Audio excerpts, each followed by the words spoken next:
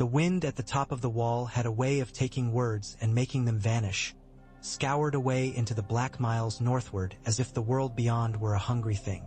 John stood with one gloved hand sunk in Ghost's ruff and watched the sky lower itself like a lid. Light bled behind the fletched crowns of pines until even the trees turned to ink. He could feel the cold lying in wait, patient as a cat, confident the night would deliver its prey. Below, Castle Black crouched around its inner yard, lanterns picking out the lines of snow carved by men with shovels. The hammering had gone on all day, blacksmiths at long tables, wildling knappers chipping obsidian into arrowheads, the soft scrape of whetstones and the clatter of iron. The sounds reached him in dull fragments through the leather lining of his hood. It soothed him. Noise meant living men, warm breath, work. Silence meant the dead. The raven on his shoulder pecked his hood and said, "Snow." "True enough," John said. "And more coming." Ghost green-eyed the horizon, then leaned all his weight into John's leg, a wordless insistence. Below the wall, somewhere between Molestown and the Queen's Crown ruins, men were gathering on his word. Not his bannermen, he had none, but men who had decided they would bend their necks to winter rather than to lords. Some of them wore crow-black cloaks and some the patchwork of the free folk. A few wore the green-gray cloaks of northern houses with the badges ripped away. He watched until a single spark flickered far to the west, then another more to the east. Beacons. Practice, he told himself. Only practice. A hinge gave a cry behind him. Melisandre slipped through with the step of a woman who felt no cold. Her red silk was hidden under fur, the same deep red as blood reflected through ice. "My lord," she said, and bowed no deeper than a drop of snow might bow a pine bough. Her ruby pulsed softly where it lay at her throat, and for an instant the wind seemed to lean away from her. "You shouldn't be up here," John said. "It's no place for soft boots." "You have seen it again," she said, as though he had spoken the contents of his heart, not his small rebuke. "The sea that is not water, the shore of white knives, the hunters with eyes of winter." "I dream," John said. He did not choose to say what he dreamed of. The dreams were too clean, too exact, as if the world had been peeled down to the bright, terrible bone beneath. "I do not need fire to tell me any of this. I have eyes." "Yet you will need fire when the time comes," she said. "And law, and a sword, and food," John said, keeping the edge out of his voice, "and boots that are not holy silk. I will have need of fewer sermons and more hands." Melisandre tilted her head like a bird listening to snowfall. "Hands can serve or hands can strangle. Fire doesn't ask which. It burns regardless." "Not everything is fire," John said, and thought of the old gods, and the way the wind moved in the leaves of a heart tree even when no man stood near. "The north is not driftwood. It does not burn quickly. It will if you let the storm find it raw," she said. Her eyes were dark and bright as coals with the ash shaken off. "Do what you must. Do what you alone can do. If law is a cloak men can hide under, then you must make a law vast enough to shelter them all." John looked out again, where the world became a smear of ink and smoke. "That is what I mean to do." Below the wall, the lanterns in the shield hall burned like a nest of bees. John left Ghost at the base of the stairs, where the dire wolf curled with his muzzle on his paws and his ears turning to every sound. The wind became a muffled thud at his back as the oaken doors boomed shut. Men filled the benches and the aisle, their breath a low thunder, their eyes lifting as he passed. Knights watch black, patched furs, a few deep green cloaks that had seen better winters. The smell was sweat and smoke and the iron tang of hot drinks from the kitchen.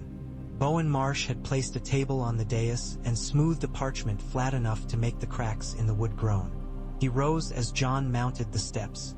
His face was red as ever, yet there was nothing warm in his color. "Lord Commander," he said, and a dozen other men echoed it as if tasting it, not all of them as salutation. John took the center not because he was hungry for it, but because there was nowhere else to stand. He could feel the space where the old Lord Commanders stared down from their carved oaken chairs, and in that moment he wished for their ghosts to sit with him instead of in the bones of the hall. He set Longclaw on the table. The Valyrian steel looked like wet stone. "I will be plain," he said.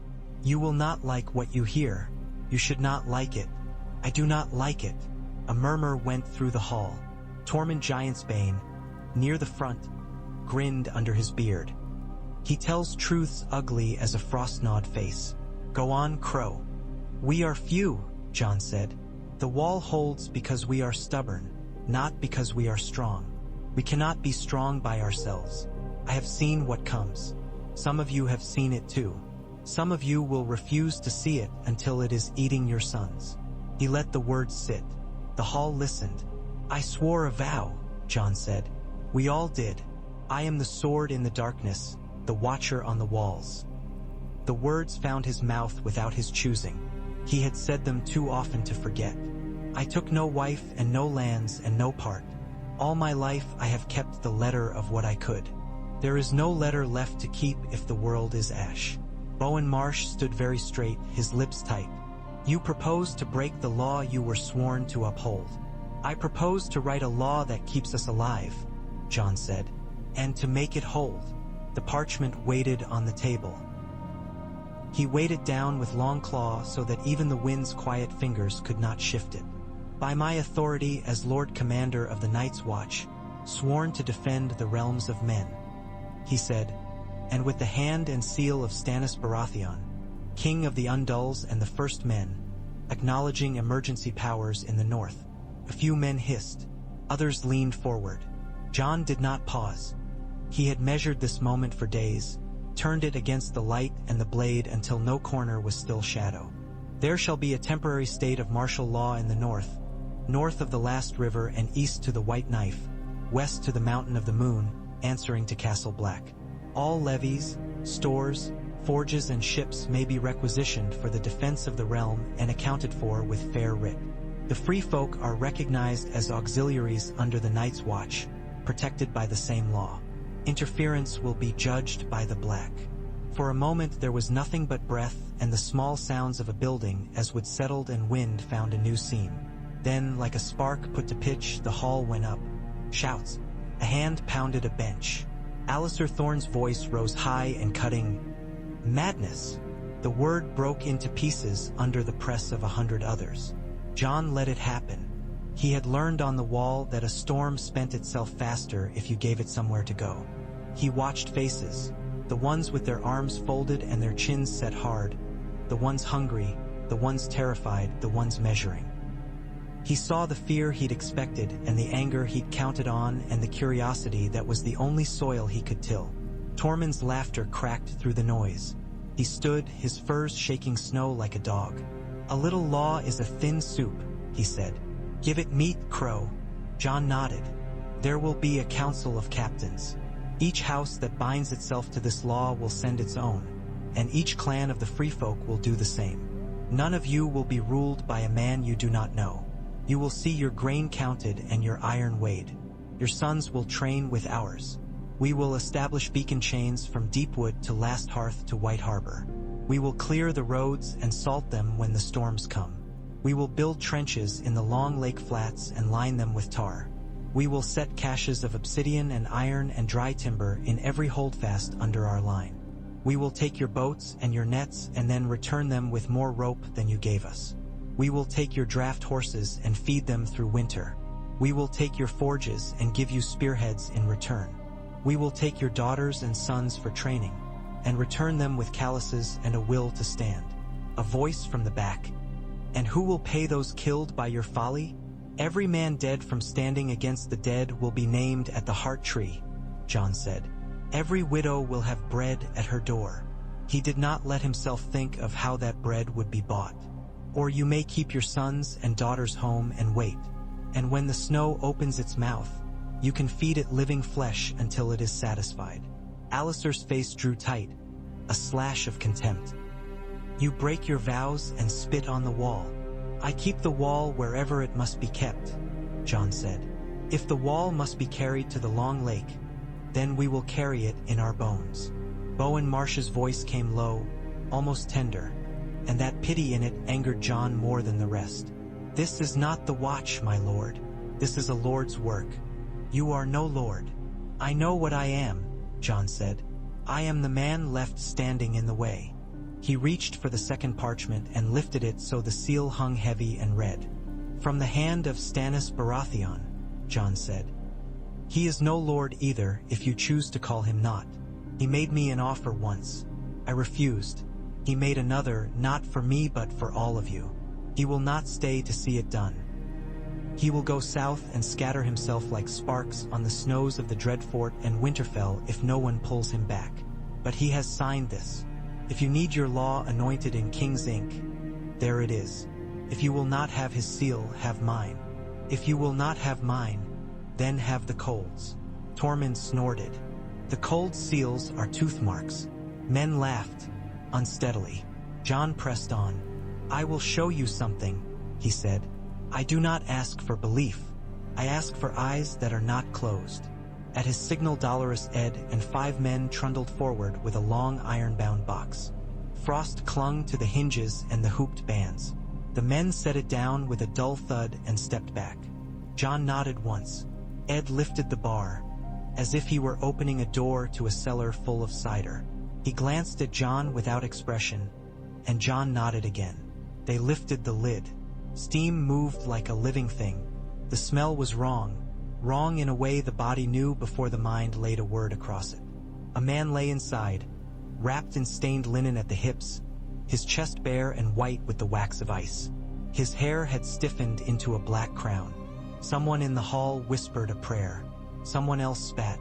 John said, "He died at Hardhome." His voice sounded smaller against the high hall's roof. "He died with a spear in his hand. His name was Bran of Thistletongue. He had 3 children. We knew him for 12 days. He died, and then he did not stay dead." There was a murmur of disbelief that sounded like air leaking out of lungs.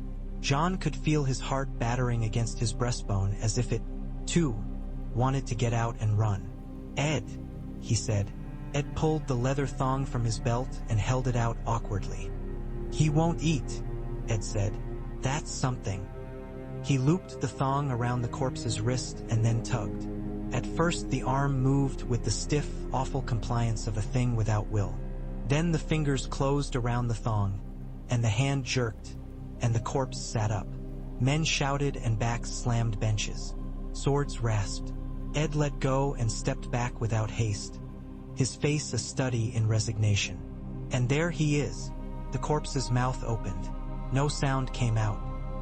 Its eyes, filmed over with frost, searched and searched, catching at faces and lanterns like fish scales. The left arm flail. Ed, the fingers raking, then froze mid-scratch and clawed again. The linen fell away in stiff, stained folds. Men puked. A brother of the watch began to pray aloud to the 7 and stopped, his voice a broken wheel. John lifted Longclaw. He did not savor the way the room saw him then. He did not need their fear. He needed their understanding. He stepped around the table, shivering though the sweat beaded under his furs, and drove the Valyrian steel into the thing's breast. It went through with a powdery crunch. The blue-white film in the eyes shattered like the glaze on a winter puddle. The body gave a long, slow convulsion and subsided. Steam rose and died. The only sound was men breathing. "If you will not have my law," John said softly, "then have his." Wyman Manderley's men came 2 days later, trudging up from the kennels with their cloaks rimed with frost and their bellies full of mulled ale that had been rationed by strict hands. They brought a letter with a seal heavier than most and a man with a face round as a baked pie and eyes keen as a knife's point. Ser Marlon Manderley was not his lord, but he carried the weight of that house like a man who had carried other heavy things for a long time. "The Merman court," he said in the Shield Hall, "does not lightly yield its ships to men who call themselves king with pretty ink. Yet my lord is neither blind nor stupid. White Harbor will bind itself to your law under certain conditions. Auditors of our own choosing will weigh your requisitions. Grain goes first to mouths, not to horses. If horses must eat, you will breed in White Harbor's northern fields under our millstone. We get to the river chain before the ice. And we see this, seen thing of yours with our own eyes. I do not feed ghosts. You will see it, Jon said. And when the ice closes the white knife, we will keep the road open as far as we can. We will feed horses last. I will put my name to it. You put your head to it, my lord, Ser Marlin said, and smiled like a man who knew what heads looked like in baskets. We can work together. Davos came back from his errands with the look of a man who had walked through flurries of knives and found his skin still intact, but not because the knives were kind. He had a letter from Bear Island with words as spare and blunt as the island itself. Lyanna Mormont's hand had written them in a tight, uncompromising script. The island would send 62 warriors and 3 war canoes and as much dried fish as their smokehouses could spare. Bear Island knows no king but the king in the north, whose name is Stark, she had written. But if the Stark folk stand behind you, Lord Commander, we stand beside them. Tormund sniffed the letter and grunted. 62 women with knives can do more than 600 men with forks, he said. We'll make a place for them. Alice Karstark has ridden for the wall, Davos added lower. She's afraid of her own kin. She asks for your protection. Jon felt a small relief wedge into his chest. Unexpected. Alice Karstark had bright, tired eyes and the look of a girl who had learned how to run without moving. She'll have it, he said. And if Karhold wishes to house a then come spring, I will speak the words. Sigorn will make a good husband. She will not go cold. Bowen Marsh cornered him after, in a side passage where the snow had blown in through a gap and lay piled like flour on a baker's bench. You go further and further, Bowen said. If you mean to make common cause with wildlings and to play king, then say it. Do not hide your sins in pretty names. I have no pretty names, Jon said. Only ugly storms. Bowen's eyes were small and very dark. I will not stand and see the watch become a banner in a bastard's hands. You will not stand at all, Jon said gently, and hated himself for the gentleness. You will go to Eastwatch and you will see that the sea is not water. You will do your duty there, where no one asks you to pronounce judgment on a war you do not understand. That is my command. Bowen went still. The red in his cheeks deepened until Jon thought for an instant he would fall. You turn me out, Bowen whispered, after I carried you like a boy on ice when the last storm took you off your feet. I know what you have done for me, Jon said. And what I ask now I ask for me as well as for you. I would have you alive when this ends. When it ends, Bowen repeated. His mouth made a thin line. You will be as much oathbreaker as hero in any tale. We are not made for hero's work, Lord Commander. We are made for watchman's work. Perhaps it is the same work, Jon said. Bowen left with 30 men and a winter's worth of laments. The wall swallowed him the way it swallowed everything, and Jon had the bad taste in his mouth that comes from saving someone by cutting him from something he loves. He rode to Queen's Crown with snow underfoot in cold crusts and a sky that sat too low, like the ceiling of a room men had used for secrets. The drowned tower leaned toward the lake, ribs of old scaffolding sticking from its side like the bones of a fish. Tents ringed the shallows, a ragged set of circles that was nevertheless a camp with order in the bones of it. Men and women of the free folk played at napping glass with thin, quick hands. Children ran with crumbling biscuits in hand. A giant sat near the water with his face in the wind, letting snow gather on his hair and shoulders like a shawl. One Weg Wundar one lifted a hand the size of an oxcart wheel and waved at Jon without smiling. Envoys from the north wore cloaks stitched with fresh patches and pinned with wolf's heads or mermen or trees. They watched the giants and the wildlings with careful bravery. Old Moore's Crowfoot Umber had sent a nephew with 3 fingers on his right hand and a voice like a charred log. House Serwyn's captain took off his gloves 1 finger at a time and talked to Val, who listened with that perfect stillness that made men tell her more than they had meant to. A Karstark cousin kept to himself and counted the faces at the fire over and over without seeming to know he was doing it. Jon stood on a boat turned hull up and read the Frostfall decree aloud with the wind throwing his hair into his eyes. He tasted snow.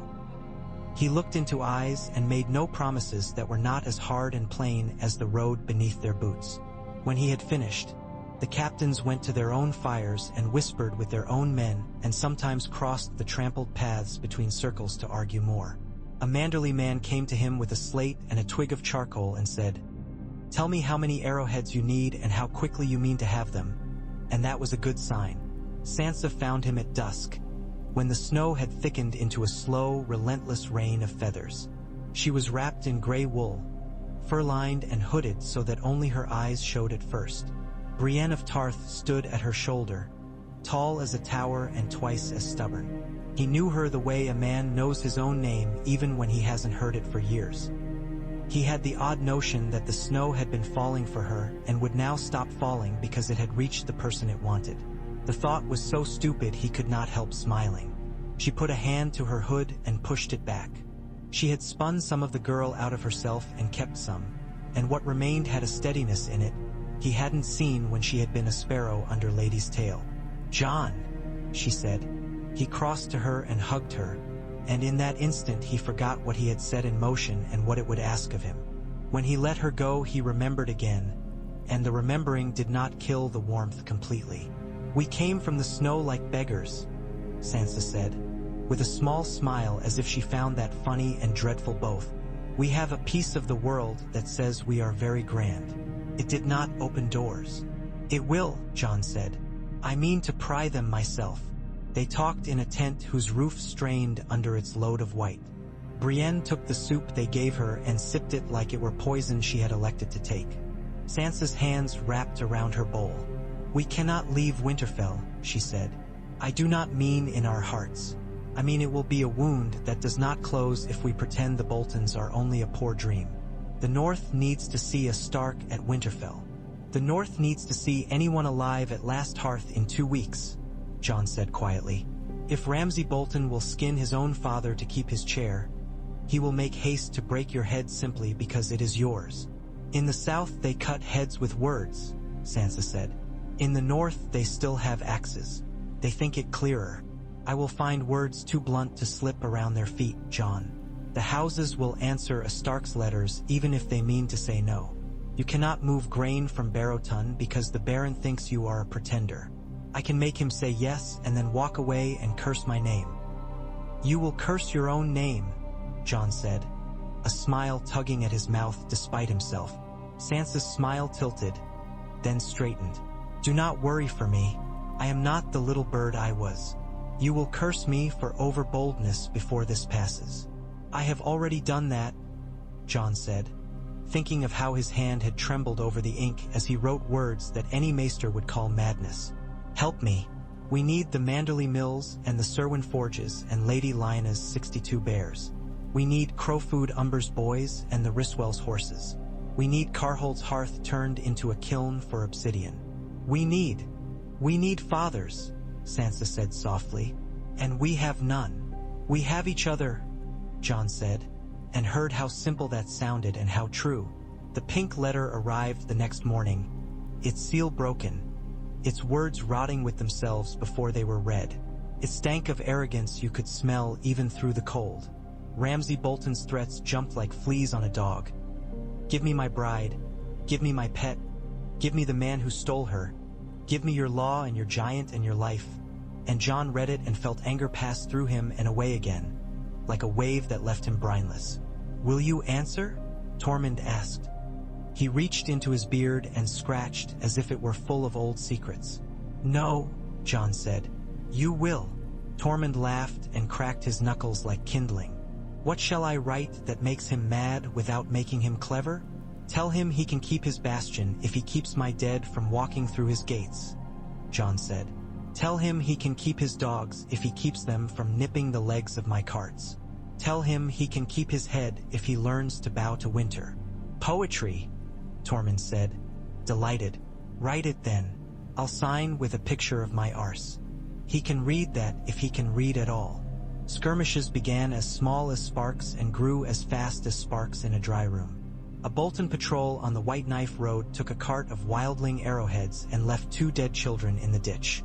The next night, 3 Bolton horses were found skinned on their own pickets with obsidian flakes under their tongues.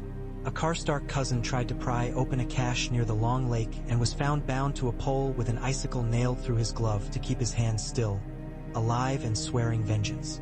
He went home and did nothing. The Boltons sent men to Last Hearth to inspect the law and came away inspected in their turn, with one's footprints like lakes in the snow to remind them of what they had seen. At Last Hearth, Crowfoot Umber's brother stood beneath the antlers and heard Jon out and chewed on the inside of his cheek and finally spat a big string of brown at the hearth. "I don't like you," he said. "I don't like the Watch doing what the Watch has no business doing. I don't like seeing wild men near my dogs. But I like seeing dead men less." "Then dig your trenches and stop your mouth with their names," Jon said. "And send me your least stupid. Make him learn knots and fire." They set the beacons.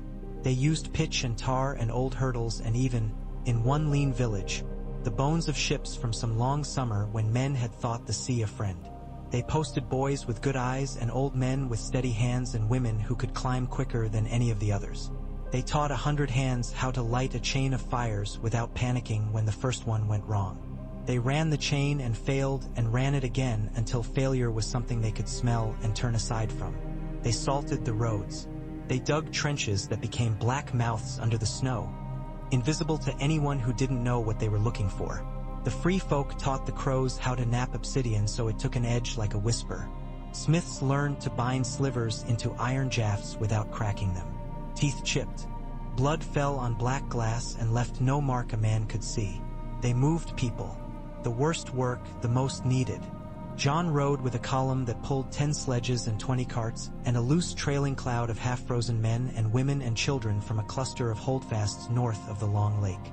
They left the doors open and the hearths banked because it somehow felt wrong to close up the world against itself. A boy of 12 cried when Jon ordered him to leave his goat behind. The goat cried too. Ed took the goat up onto his horse without a word, and the boy hung onto the tailboard of a cart until his hands went white with cold and then blue. Night brought a different cold, sharp as new steel. They made a ring of carts and a ring of stakes outside that. One lay down across 3 wagons like a bridge and let children crawl under his arm to sleep out of the wind. The stars were knives. The wind was a cat that pushed its way under fur. Wolves sang once, far and thin, as if even their throats were stiff.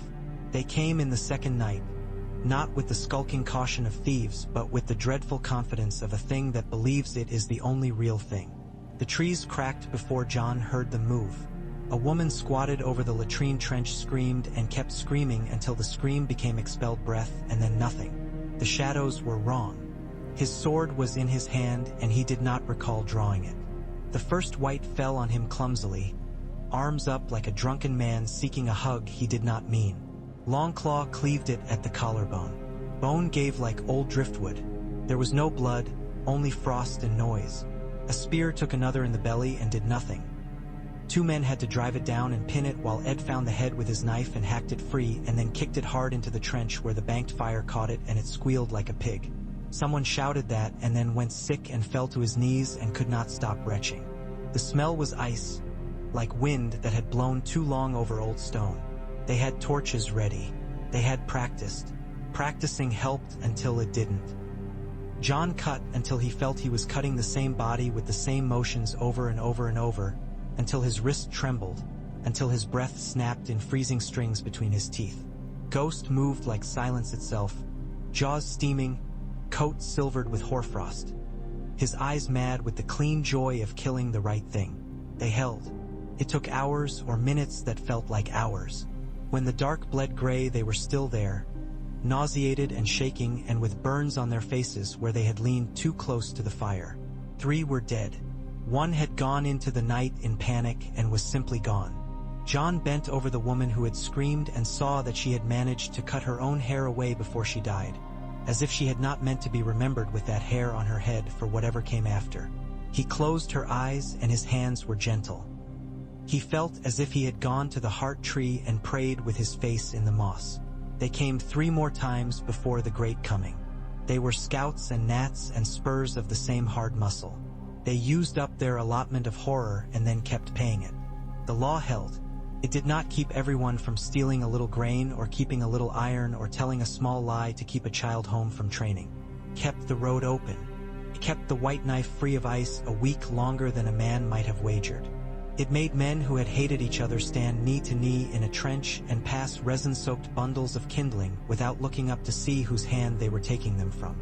At Carhold, John stood in the great hall with its banners of the black sunburst and watched Alice Karstark marry Sigourney, Magner of then, by the gods of her house and the gods of his people and the gods of the trees as well.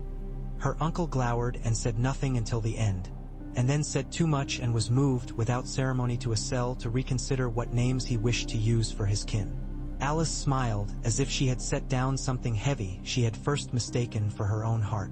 The Karstark smiths took to black glass faster than any. The Thens taught them to use rawhide and wax and patience. Men who had once gone out with bronze knives to cut men's throats by firelight now sat perfectly still and chipped obsidian into edges so fine they cut breath. At White Harbor, Wyman Manderley called Davos Seaworth into his counting room and asked him to count for him and listened without interrupting when Davos told him the truth and only the truth.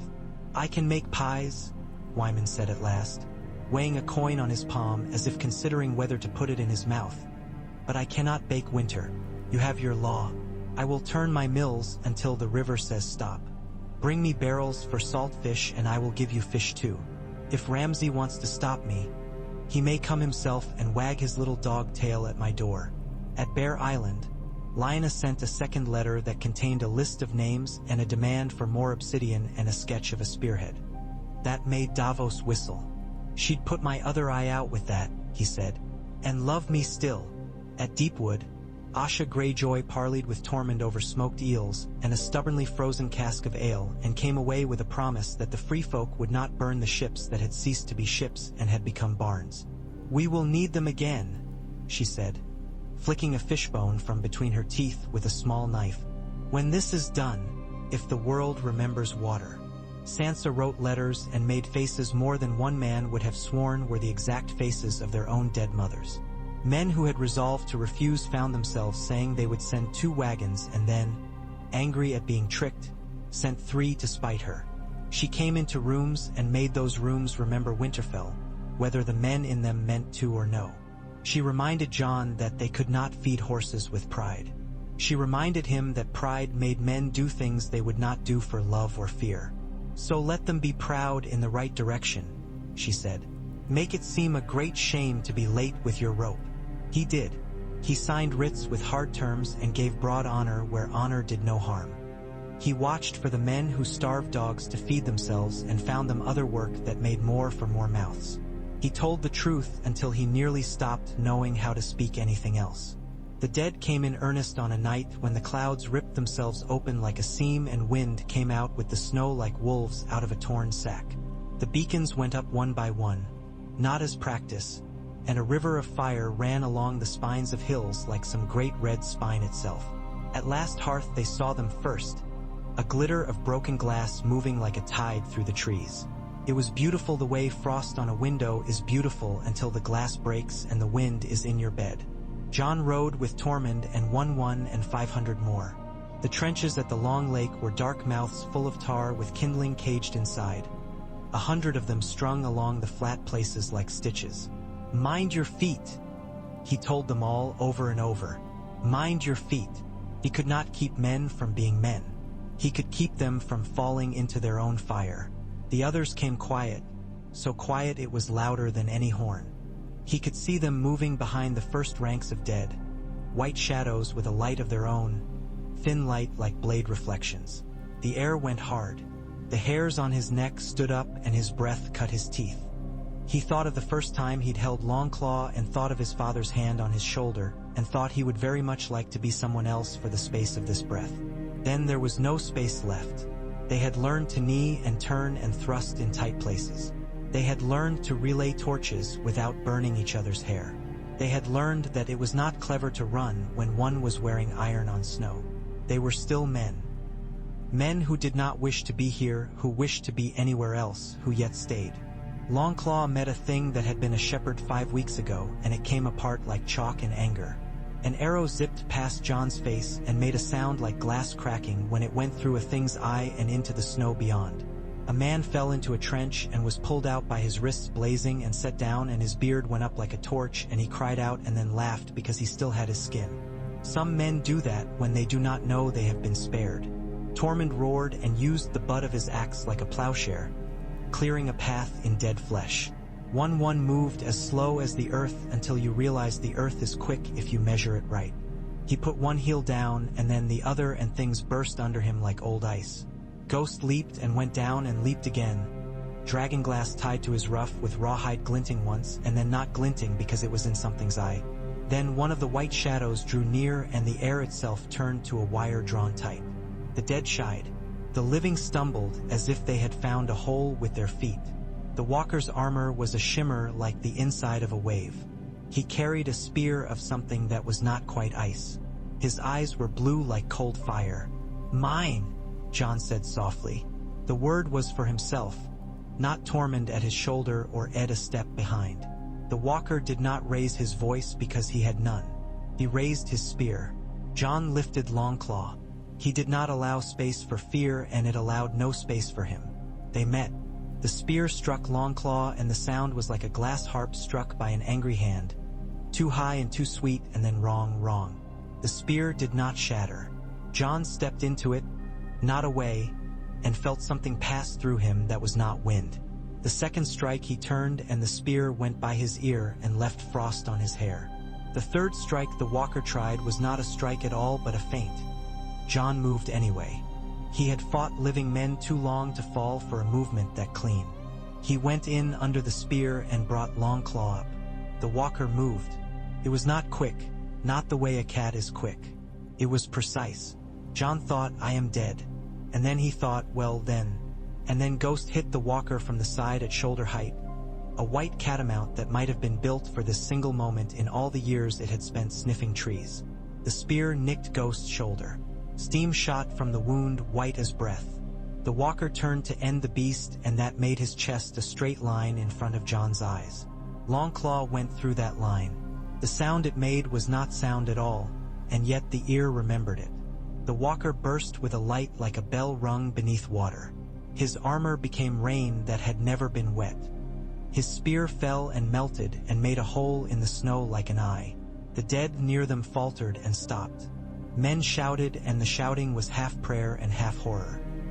Jon knelt to Ghost and pushed his finger into white fur until he felt the heat of the blood and the steady animal will that burned under everything. "Good," he said. "Good, Ghost. Good." They did not win. They did not lose. They held. The others did not press where the trenches flamed and the arrows came in black rain. They pressed where men had grown clever and begun to think themselves safe. They showed those men the edge of a spear and the gold color of their own piss on the snow. The fire chains failed twice and were repaired once and left to fail a second time, and in that gap men died.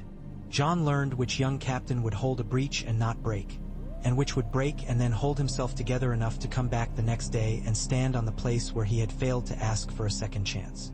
Last Hearth stood behind them through that night, and the morning after was proof that some places can earn their names twice. Crowfoot Umber's nephew showed Jon a long cut on his thigh and grinned like a boy who had stolen a pie. "You were right," he said. "I do mind my feet now." "Mind them twice," Jon said and clapped his shoulder. News came like weather. White Harbor had moved the last of the grain from its outer storehouses upriver in raft caravans guarded by Manderley men with axes and by women with bows in their hair. A band of Bolton riders tried the beacons and found that you cannot put your sword into a fire and expect the fire to do anything but kiss it. At Carhold, Alice sent 10 crates of shard-napped obsidian arrowheads and a letter that said only, "It is odd to feel my heart beat calm. Is that a gift of marriage or of war?" At Deepwood, Asha sent 10 women who could climb in any weather and a single man who could count as well as any maester, and said if Jon wasted either she would come herself and take them back with a gentle hand and a not gentle axe. Sansa rode to the Barrows and spoke to a lord there who'd wrapped his pride around himself like a second cloak. She did not call him coward. She called him careful. She told him a story about a man who had locked his doors so tightly against winter that he peed in a corner rather than open them. and the smell in his house grew so ripe his own tongue ran away in disgust. The Lord laughed against his will and then sent his forges and his son, and later sent his daughter too because she had a better eye. "Where did you get that story?" Jon asked when she returned. "I made it up," Sansa said. "It is not the story that matters. It is the smell it leaves in the room." Ramsay came at last himself, not with banners in the wind but with knives quiet in his sleeves. It would have been comic if not for the men who had their faces arranged by his pleasures. He hit a grain train on the Long Lake Road in a snow so thick it turned the world into a white room, and his dogs tore down 2 boys and a woman, and his men took a cart and ran. They were sure of the world being made for them. They learned too late that the world can be taught new lessons without caring if the last lessons were learned. He came again on a finer day, cold as a scalded cheek and bright as water on steel, and found that 3 of his scouts had been scouts only an hour longer than they had thought. Their skins were stretched on frames in front of a trench, and their faces had been left on their heads so that their eyes could look upon the law they had sought to break. The old gods do not write, but they are capable of leaving marks. Ramsay did not break his horse that day. He did not come closer. The law stood there in the white like a tree that would not bow. They fell back to Wintertown once the Long Lake line had burned a night and a day and a night again. You can win a holding action and still need to leave it. A wise man knows when the soil will not yield more. They did not run. They moved, ordered as ice cracking, pulling with them their wounded and their dead and their stores and their small pride in being men who had not broken. Jon had no use for crowns. He had found that he did have use for that.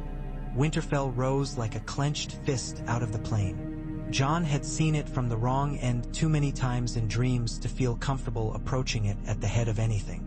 Sansa rode beside him with her hood down and her hair like a stark flag in the white light. She did not look at the walls. She looked at the people in the scattered hovels and the makeshift tents and the wagons with their wheels wrapped in rope. Wintertown had swelled as if it had drunk too much and now felt it in all its bones. They made their line not at the gates nor upon the first slope but along the lanes that wound among houses. They had prepared for this measure too. Walls of packed earth and wood, knee-high and chest-high, will turn a street into a bow if you set them right. Trenches dug between houses will eat what a paramour of death left half-chewed. They did not ask the Boltons if they might. They set what needed setting and left speeches to those who had time for them. Wyman Manderley's men arrived with a bell that they rang not for joy, but to make sure the children knew where to run when the bell rang twice. The sound was thick as bread. Lyanna Mormont came in at the head of 62. "There are 64 of us now," she said, as if this were a joke, and Jon saw the 2 girls who walked stiffly because they had new arrow scars in their sides. He bowed to them as if they were queens. Tormund grunted and told them to show his fastest boys how they had made those shots. They did. Brienne stood at Sansa's shoulder with her hand on her sword and looked at Jon as if to say that if he erred she would cut his head off as cleanly as she could. He nodded once. It is good to have someone who has decided beforehand what justice looks like. You can rely on that. Melisandre came and stood beneath the heart tree and told the fire what it already knew. Jon let her do it. He walked among his men and looked at their NDS, their boots, their belts, their breath. He touched a boy's shoulder and it steadied the boy, though Jon had meant nothing by it.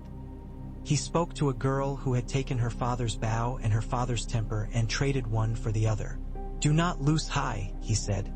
"Loose true." She nodded and did not blink. The others came with the sun behind them like a white wall. The dead came first, a tide, always a tide. Men begin to think that no matter how much you throw into a tide, the tide comes on. They had trenches and they had tar and they had men who had learned not to throw themselves away. They gave ground and took it back in little bites, and when they lost as if they were counting, as if they meant to pay and not be cheated. Another came to the heart tree. The ravens rose from its branches like black leaves shaken loose by a bad wind. The walker's presence made the air brittle. The red leaves of the weirwood stirred and put a red whisper into the air that was not wind. Jon moved toward it and the walker moved toward him, and Sansa's breath caught and Brienne took one step and stopped. The old gods do not speak, but sometimes the way a leaf moves can be a word that says, "Wait."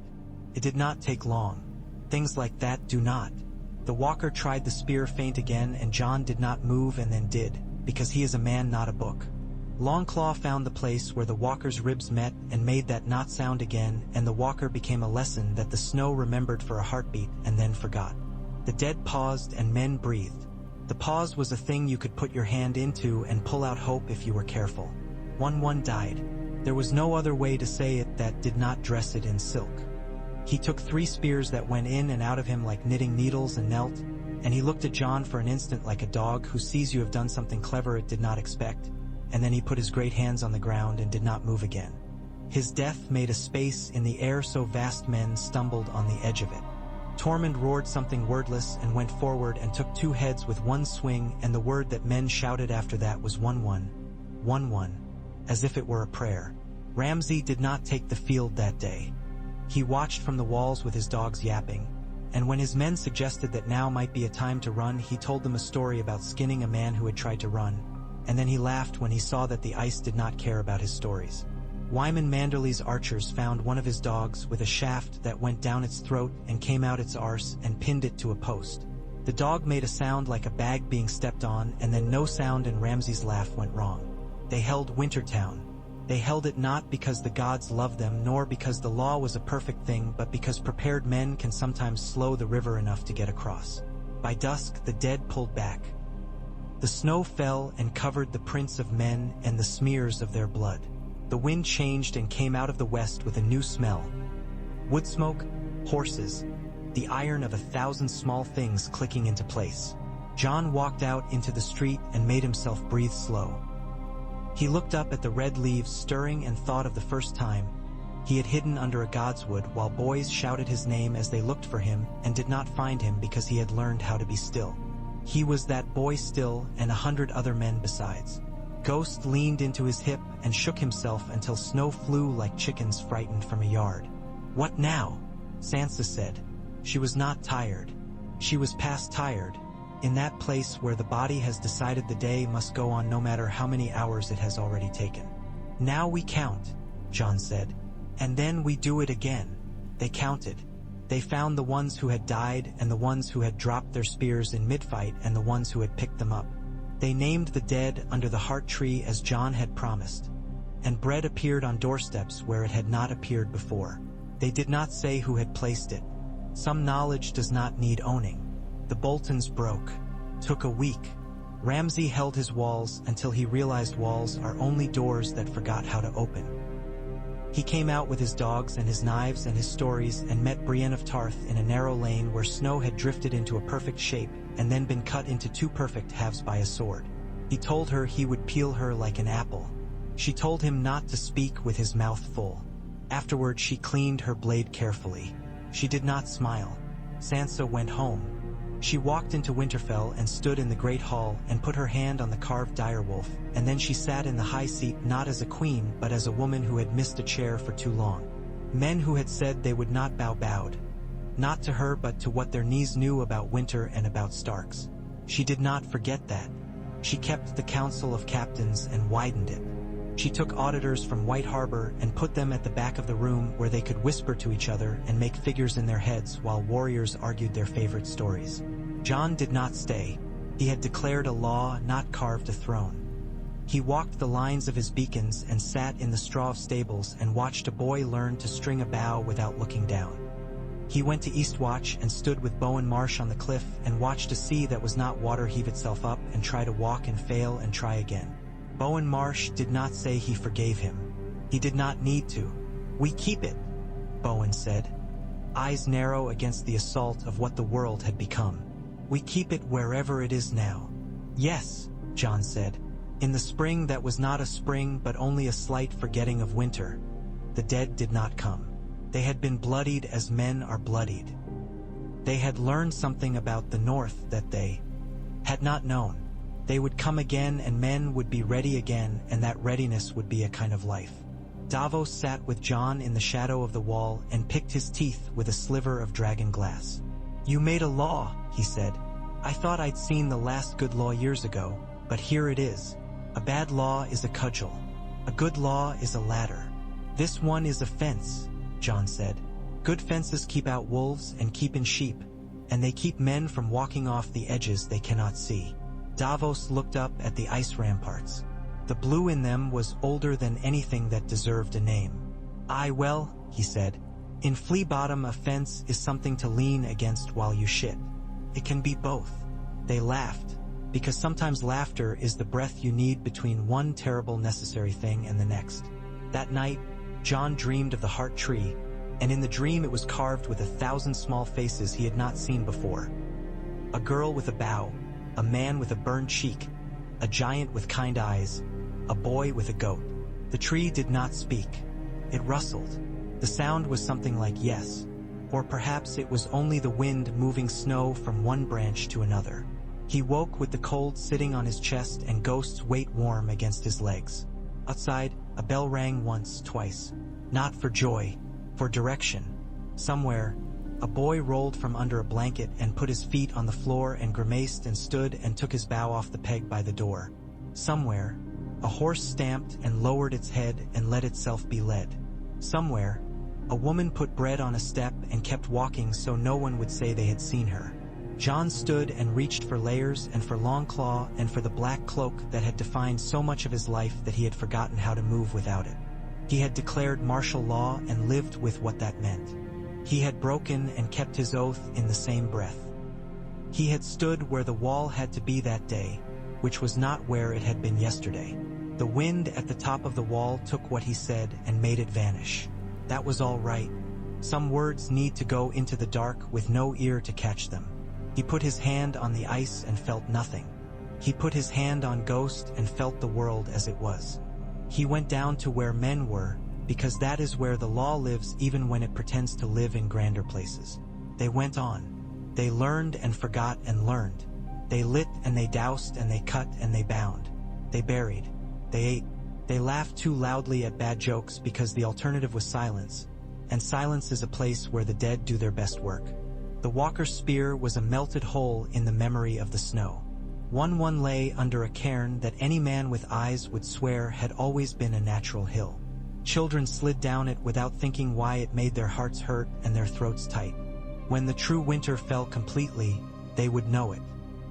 When the dead returned, the chain of beacons would run from sea to sea, and the trenches would be deeper and the arrowheads sharper, and the places in men where fear became wisdom would be easier to find.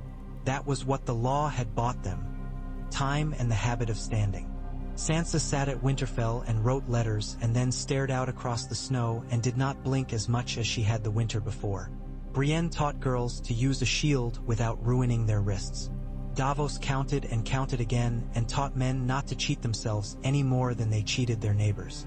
Tormund told stories in the Long Hall and made the children so afraid of his bears that they forgot to be as afraid of the world outside. Jon kept walking the line. He walked it until it was in his feet and in the bones of his calves and the hinge of his knee. He walked it until it felt like a prayer.